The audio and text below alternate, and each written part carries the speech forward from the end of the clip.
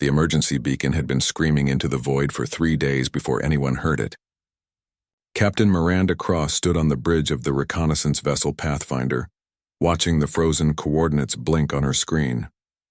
Epsilon 7 Research Station, a peaceful outpost on the edge of human territory where scientists studied xenobiology and their families lived quiet, happy lives far from Earth's crowded cities. Miranda had a bad feeling twisting in her gut.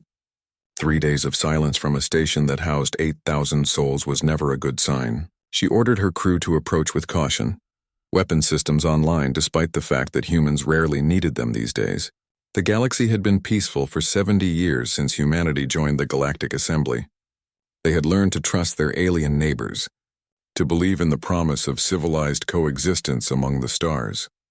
As Pathfinder entered orbit around the small moon where Epsilon 7 was built, Miranda's worst fears materialized on the view screen. The research domes were shattered, their transparent aluminum walls blown outward by massive explosions. Fires still burned in some sections, fed by oxygen leaking from ruptured life support systems. Debris floated in space around the station, and among that debris Miranda could see bodies. Hundreds of them frozen in the vacuum, still wearing their civilian clothes. Her communications officer, a young man named David Chen, turned to her with tears streaming down his face. "Captain, I'm picking up no life signs. The entire station is dead." His voice cracked on the last word. Miranda forced herself to breathe, to think, to be the captain her crew needed. "Send a recovery team. Document everything. I want to know exactly what happened here." She paused, her hands gripping the armrests of her command chair hard enough to turn her knuckles white. "And get me a direct line to Earth Command. They need to see this." The investigation, the recovery team spent 2 days cataloging the horror. Every section of Epsilon 7 told the same story. Families had been killed in their quarters. Scientists had been executed at their workstations. The station's small security force had fought bravely, but had been overwhelmed by superior firepower. Whoever attacked had used military-grade plasma weapons, the kind that turned human flesh to ash in seconds. Lieutenant Sarah Park, the lead investigator, presented her findings to Miranda in the captain's ready room. Sarah had been a forensic specialist before joining the fleet, and her face was pale as she pulled up the holographic evidence. "They didn't just attack, Captain. They hunted. We found families hiding in emergency shelters. The attackers cut through the doors and killed everyone inside. Children, elderly, it didn't matter." Miranda studied the evidence with growing rage. "Do we know who did this?" "Yes, ma'am." Sarah pulled up a series of images showing weapon signatures and ship debris. "The Zephyr Collective. Their energy signatures are all over the station. They use their 4th battle fleet based on the ship classifications we found in the wreckage. The Zephyr Collective." Miranda knew them well. They were an old species, arrogant and proud, with an empire spanning 200 star systems. Humanity had maintained cordial relations with them for decades. There had never been hostilities, never even serious disagreements. They had seemed like friends. "Why?" Miranda whispered. "Why would they do this?"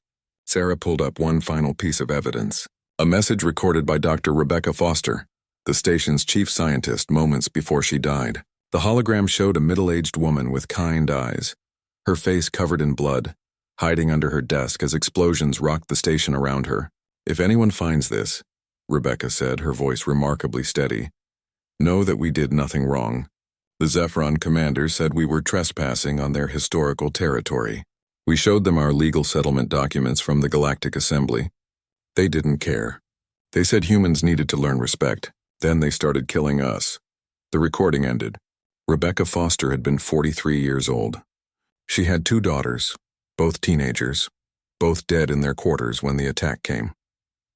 The Galactic Assembly ambassador Jonathan Wright had served humanity in the Galactic Assembly for 20 years. He was a patient man, a diplomat who believed in the power of words and laws to resolve conflicts. He had negotiated trade agreements, cultural exchanges, and scientific partnerships with dozens of alien species. He had always been proud of humanity's role in Galactic society as peacemakers and bridge builders.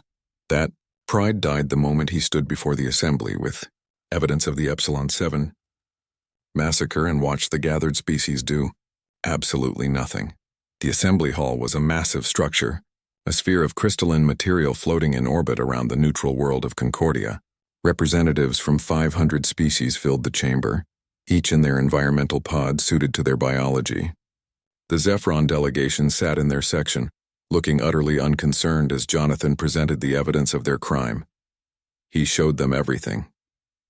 The bodies, the destroyed station, Rebecca Foster's final message, the security footage of Zephron soldiers methodically hunting down unarmed civilians. He spoke for 2 hours, his voice hoarse with emotion, detailing every single victim by name. 8,000 names. He made the assembly listen to every single one. When he finished, the Zephron ambassador rose from her seat.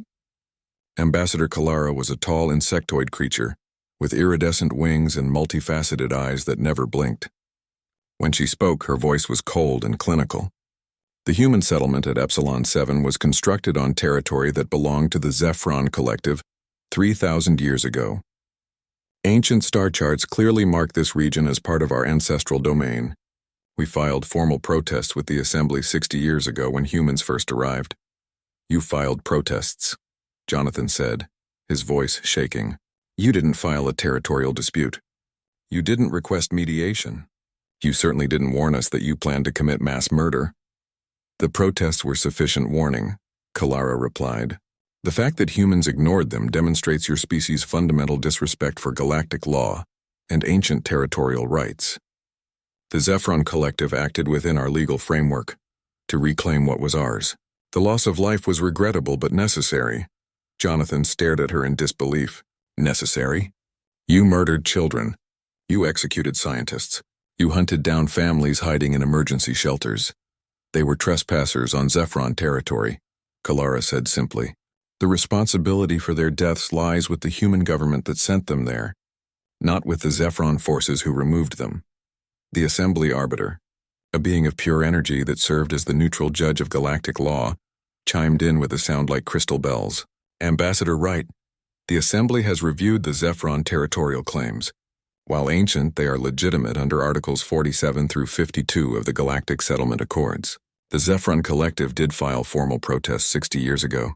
By strict interpretation of galactic law, they had legal standing to reclaim the territory. By strict interpretation, Jonathan repeated slowly. You're saying that because of some ancient claim and a protest that was buried in bureaucratic files, the Zephron had the right to commit genocide?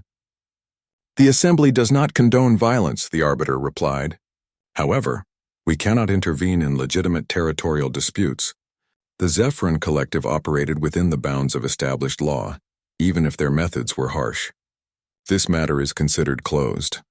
Around the chamber, representatives from 500 species returned to their business. Trade disputes, mining rights, cultural exchange programs. 8,000 human lives dismissed as an unfortunate consequence of a property disagreement. Jonathan Wright stood alone at the speaker's platform, feeling something inside him break. Humanity had believed in this system. They had trusted these laws, these species, this promise of civilized behavior among the stars. They had been fools. Earth's response president, Catherine Morgan, watched the assembly proceedings from her office in Geneva. She was 60 years old, gray-haired, a grandmother who had spent her entire political career advocating for peace and international cooperation. She had been one of the strongest voices for humanity's integration into galactic society, believing that the future lay in friendship with alien species. She watched the Arbiter dismiss 8,000 human deaths as a property dispute, and something ancient and terrible awakened in her chest, a rage that her species had spent centuries trying to overcome, a darkness that humanity had locked away when they reached for the stars. Her chief of staff entered the office quietly. Madam President, the calls are coming in. Every government representative, every major city, the entire planet wants to know what we're going to do. Catherine turned from the screen and looked at the woman who had served beside her for a decade. What are people saying, Jennifer? They're angry, ma'am. Very angry. There are protests in every capital city. People are demanding action, justice, consequences. And what does the Galactic Assembly offer us? Catherine asked, though she already knew the answer. Legal precedent, ancient territorial claims, bureaucratic protocols that value property rights over human lives. Jennifer was quiet for a moment. What are we going to do? Catherine pulled up a secure communication line and began composing a message. Not to the Galactic Assembly, not to the Zephron Collective. to every human military installation, every defense coordinator, every strategic command center across human space. "We're going to remind the galaxy who we are," she said quietly. "Before we reached the stars, humanity survived 10,000 years of warfare. We fought each other with stones, with swords, with bullets, with atomic fire. We became very, very good at killing because we had to be. We had no choice," she continued typing, her fingers moving faster now. "Then we reached space and found the galactic community.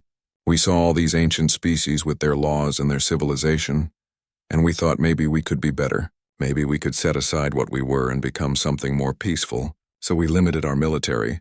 We followed their rules. We tried to be good galactic citizens." The message was nearly complete. Catherine added the final lines. "The Zephron Collective and the Galactic Assembly just taught us a valuable lesson. Civilization is a luxury only the strong can afford. Peace is a gift that others must choose to respect. When civilization fails and peace is broken, you need the capacity for violence to survive." She looked at Jennifer. "Tell the military to begin full mobilization. Recall every reserve officer. Reopen every mothballed shipyard. Pull every weapon system out of storage. And Jennifer, tell them we're not going to fight like a civilized species anymore." "Ma'am," Catherine smiled, and it was not a kind expression. "We're going to fight like humans. The Zephron wanted to teach us respect. We're going to teach them fear. Tell them we're going to show the galaxy what humanity looks like when we stop being civilized and remember what we really are. We're survivors. We're warriors. And we're done asking permission to defend ourselves." The message went out within the hour. Across human space, on Earth and Mars and Luna and the hundreds of colonies scattered among the stars, people received the call. They opened storage facilities they had hoped never to use again. They pulled out weapons and armor that had been sealed away as relics of a barbaric past. They remembered skills they had learned in mandatory service, tactics and strategies that seemed unnecessary in a peaceful galaxy. Humanity had spent 70 years being civilized. In 72 hours, they remembered how to be something else entirely. Something the galaxy had never seen before. Something that had crawled out of caves and survived ice ages and built cities from the ashes of nuclear war. Something that had conquered their own world not through natural advantages, but through sheer stubborn refusal to die. The Zephron Collective had attacked humanity expecting sheep. They were about to discover they had awakened wolves. The awakening General Marcus Stone had been retired for 5 years when the call came. He had served 40 years in Earth's defense forces, rising through the ranks during the early days of human expansion into space. He had commanded fleets during the border skirmishes with pirates, had negotiated peace with aggressive mining cartels, had trained 3 generations of officers in the art of strategic warfare.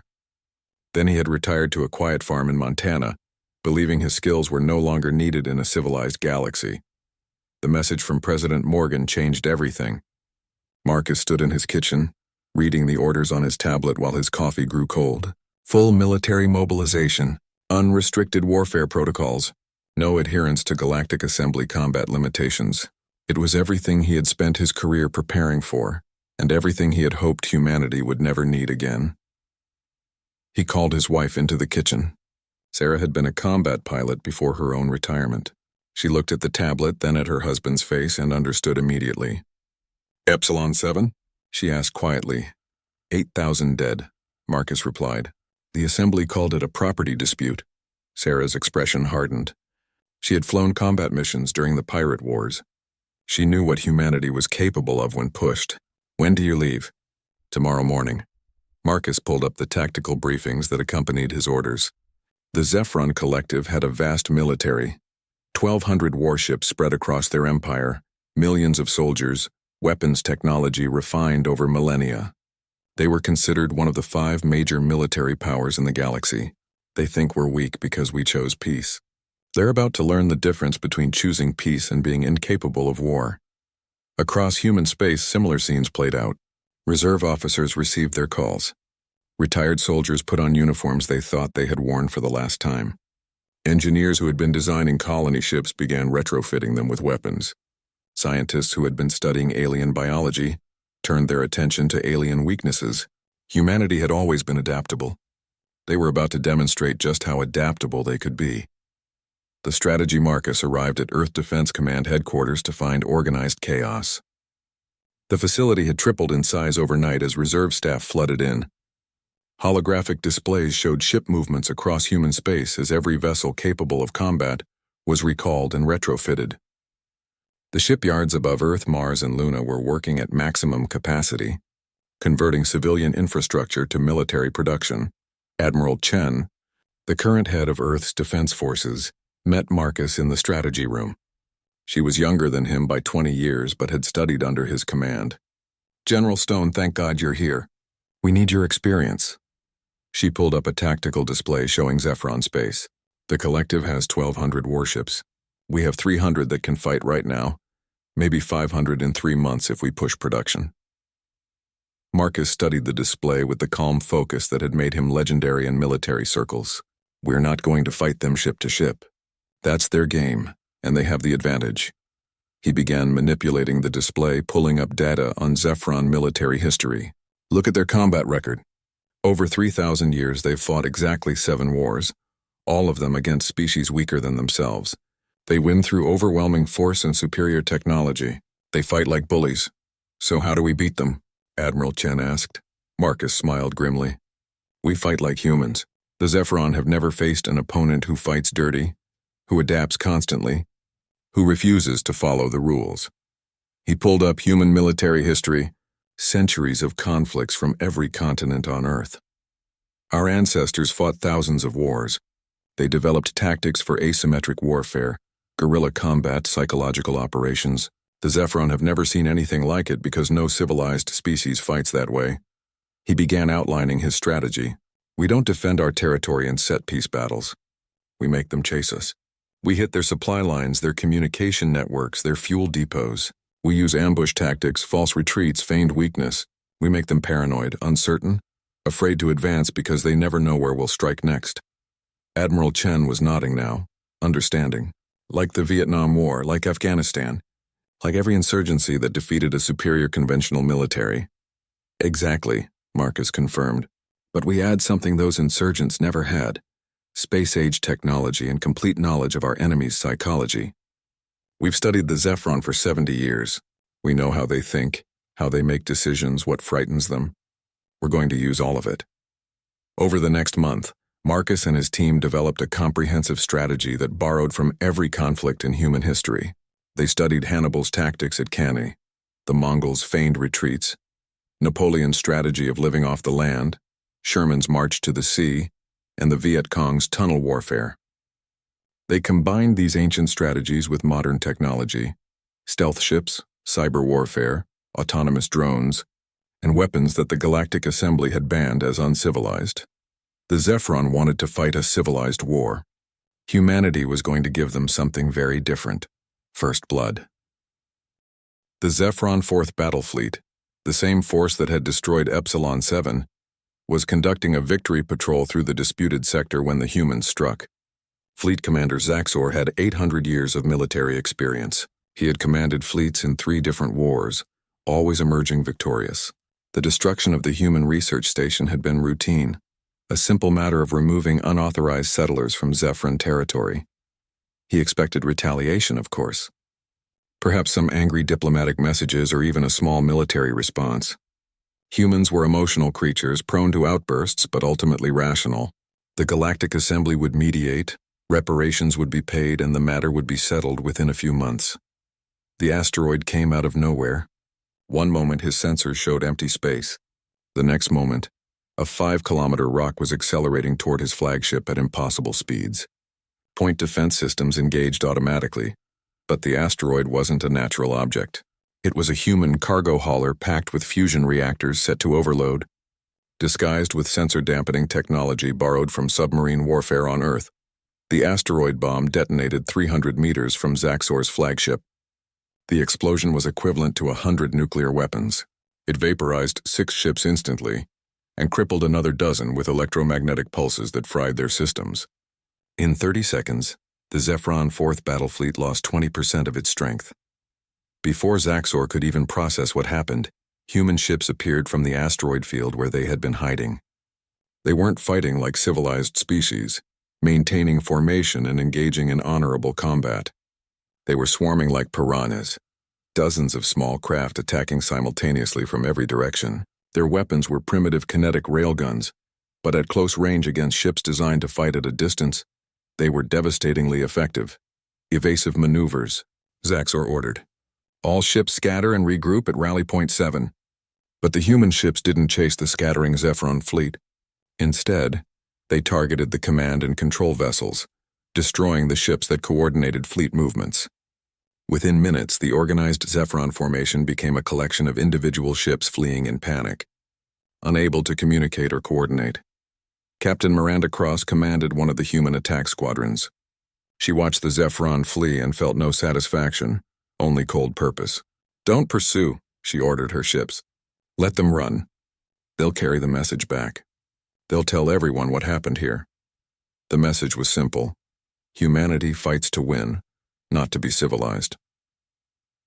The siege over the next 3 months, the pattern repeated across Zephyron space. Human forces refused to engage in conventional battles. Instead, they appeared without warning, struck with overwhelming force, and vanished before reinforcements could arrive. They destroyed supply convoys, bombed fuel refineries, hacked communication networks, and assassinated military commanders.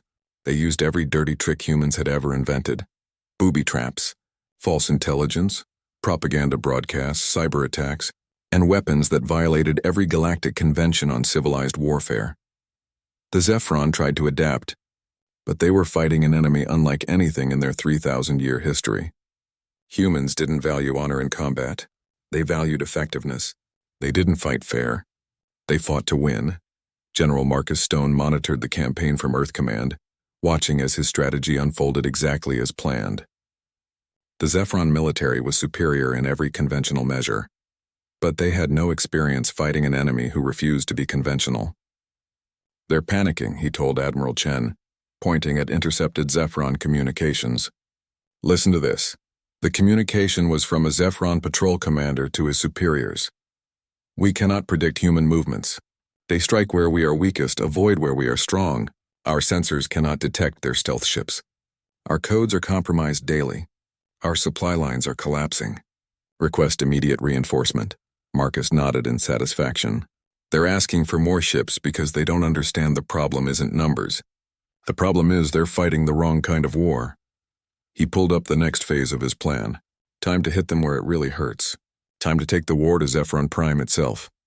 The siege of Zephyron Prime was not a siege in the traditional sense. Human forces didn't surround the planet and bombard it into submission. That would be wasteful and barbaric. Instead, they did something far more terrifying. They simply appeared in orbit and waited. 300 human warships jumped into the Zephyron home system simultaneously, their arrival perfectly coordinated. They positioned themselves in orbit around Zephyron Prime and its 2 colony moons, weapons armed but not firing. For 6 hours they just sat there while the Zephyron Planetary Defense Forces mobilized in panic. Then the broadcast began. President Catherine Morgan's face appeared on every screen, every display, every communication device in the Zephyron system. "People of the Zephyron Collective," she said, her voice calm and measured. 3 months ago, your 4th battle fleet murdered 8,000 human civilians. Men, women, and children who had committed no crime except living on land you claimed as yours. You hunted them down like animals. You showed no mercy. The image changed, showing footage from Epsilon 7. Bodies in the corridors, children dead in their beds, scientists executed at their workstations. Your military told you this was a great victory. Your government told you humans were weak, that we would accept this atrocity because we feared your power. They were wrong. The image changed again, showing the destroyed Zephyron 4th battle fleet. Supply depots burning, command centers in ruins. For 3 months we have been teaching your military what humans are capable of when pushed. We have destroyed 60% of your offensive capacity. We have crippled your supply networks. We have demonstrated that your technological superiority means nothing against an opponent who refuses to fight by your rules. Catherine leaned forward, her expression hardening. Now we are here, in orbit around your homeworld. Our weapons are armed.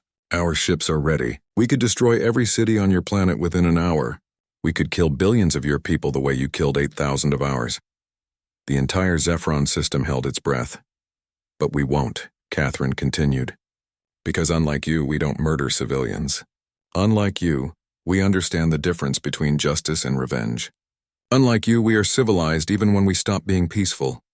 She pulled up a document. These are our terms. The Zephron Collective will formally surrender. You will pay reparations for the victims of Epsilon 7.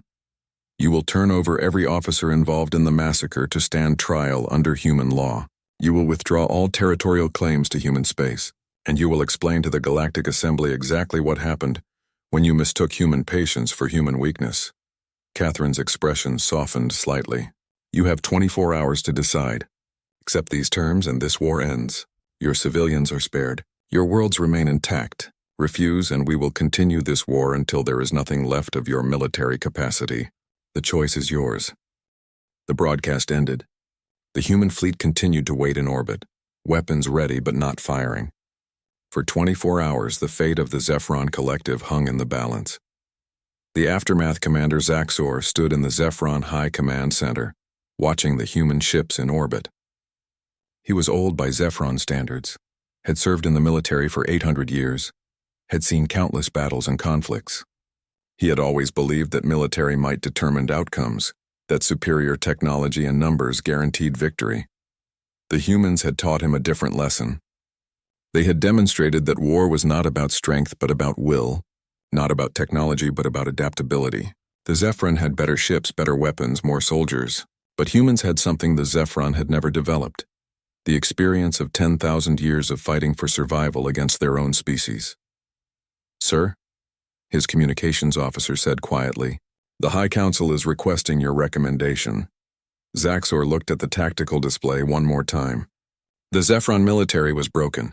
Supply lines destroyed. Command structure compromised. 60% of their offensive capacity gone. And overhead, 300 human ships waited with the patience of predators who knew their prey had nowhere to run. "Tell the High Council to accept the terms," Zaxor said finally. "We cannot win this war. The humans are not fighting like any species we have ever encountered. They are fighting like they have nothing to lose and everything to gain. They are fighting like they have been doing it for their entire existence as a species." 6 hours later, the Zephron Collective formally surrendered. The terms were harsh but fair. Reparations were paid. Officers were tried and convicted. Territorial claims were withdrawn. And most importantly, the entire galaxy watched as the mighty Zephron Collective admitted defeat at the hands of a species they had dismissed as weak newcomers. A new understanding.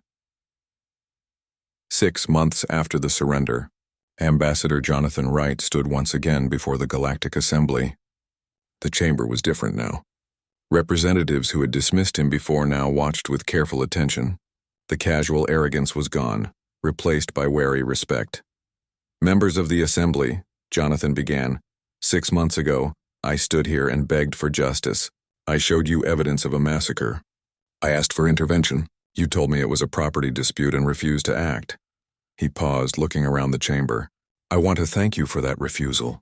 You taught humanity a valuable lesson about how this galaxy really works. You taught us that civilization is not guaranteed, that justice is not automatic. That peace is a choice that every species must make. And when some species choose violence, others must be capable of responding." Jonathan pulled up a holographic display showing human military production over the past 6 months. The numbers were staggering. Humanity is now one of the major military powers in this galaxy. We built 1,000 warships in 6 months. We developed weapon systems that your species consider uncivilized. We demonstrated combat capabilities that none of you knew we possessed. He let that sink in. "But here's what you need to understand. We didn't do this because we want to conquer territory or dominate other species. We did this because you left us no choice. You created a system where might makes right, where ancient territorial claims matter more than living beings, where the strong can prey on the weak without consequence." Jonathan's expression hardened. "Humanity will remain a member of this assembly. We will continue to seek peaceful solutions to conflicts. We will continue to advocate for justice and cooperation among species. But we will never again rely on this assembly to protect us.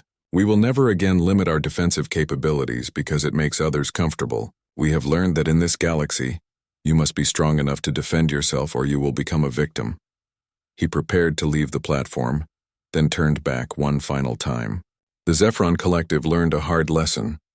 They learned that humans are peaceful by choice, not by necessity. They learned that we remember our history, our 10,000 years of survival through conflict and adaptation. Most importantly, they learned that when you push humans far enough, when you harm our people and show no remorse, we will stop being the civilized species you want us to be and become the dangerous species we actually are. The chamber was silent as Jonathan walked back to the human section. No one dismissed him this time. No one returned to casual conversation. They had all seen what humanity was capable of when their patience ended. On Earth, in the rebuilt New Harvest colony, a memorial stood with 8,000 names carved in stone. Families gathered there to remember the dead, to honor the sacrifice that had changed humanity's place in the galaxy forever. Children played in the streets of the new colony, unaware that their safety was now guaranteed not by galactic law but by humanity's demonstrated willingness to defend themselves, with every weapon and tactic at their disposal. President Catherine Morgan stood at the memorial during the dedication ceremony. She placed flowers at the base of the stone and spoke quietly to the names carved there. "We remember you. We avenged you. And because of you, humanity will never again be a victim. The galaxy learned to respect us not because we asked nicely, but because we showed them what we're capable of. Your deaths were not in vain." Behind her, human warships patrolled the system, silent guardians ensuring that New Harvest would never again face destruction. The ships were named after the victims: Rebecca Foster, David Martinez, Sarah Chen. Each vessel a promise that humanity had learned its lesson about galactic politics. The galaxy had wanted humans to be civilized. Humanity had tried. When that civilization was met with massacre and indifference, humanity had responded with something older and more fundamental. The survival instinct of a species that had clawed its way to the stars through 10,000 years of conflict. The Zefron Collective was not destroyed. Their people were not slaughtered. Their worlds remained intact. Because humans, even when unleashing their capacity for war, remained fundamentally different from species who had never had to fight their way up from nothing. Humans understood proportional response. They understood that victory was not about destruction, but about demonstrating capability and will. The galaxy would remember this lesson when humanity's patience ended. When their civilization was tested and found wanting by others, they did not collapse or surrender.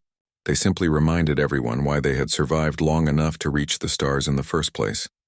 They stopped being civilized and started being human. And that, the galaxy learned, was far more terrifying than any conventional military power. The war was over. The peace that followed was built not on trust or goodwill, but on understanding.